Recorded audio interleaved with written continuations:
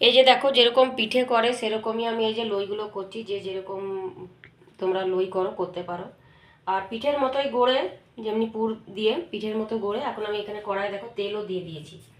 তেলটা গরম হচ্ছে, তো আমি এখন এগুলো কিছুটা করে নিচ্ছি, নিয়ে তারপর আমি তেলে ছাড়বো। তো তোমরা কে কে ভাজা পিঠে করো আমাকে অবশ্যই কিন্তু কমেন্ট সেকশনে কিন্তু জানিও। আর যারা জানো না তাদের জন্য আমি রেসিপিটা ওর জন্য শেয়ার করলাম। একবার অবশ্যই কিন্তু ট্রাই করো, খুব ভালো হয় খেতে, খুবই সুস্বাদু হয়। তো আমাদের বাড়িতে সেদ্ধ পিঠে তো হয়ই, সেটা তো নিয়ম রক্ষা করতেই হয়। আর এই ভাজা পিঠেটা বিশেষ করে আমাদের বাড়িতে সবাই পছন্দ করে। আর এই রেসিপিটা আমি আমার শাশুড়ি মায়ের কাছ থেকে শিখেছি। তো আমার মাও এটা জানতো না। তো যাই হোক, তারপর থেকে আমিও করি। তো তো খুবই ভালো লাগে খেতে।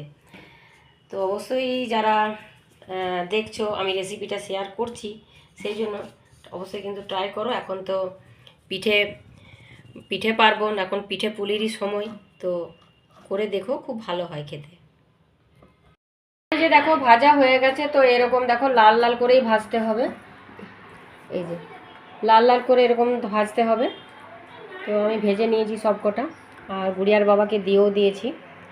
তো আমার ভাজতে ভাজতেই আমার শেষ হয়ে যায়, তো সেরকমই অবস্থা দেখতেই পাচ্ছ। তো চলো, এদিকে আবার রিয়া বলছে, আবার গুড়িয়া গুড়িয়া রিয়া না গুড়িয়া আবার দেখো ইপি নাকি খাবে, ওই যে ইপি বসিয়েছে, দেখেছো।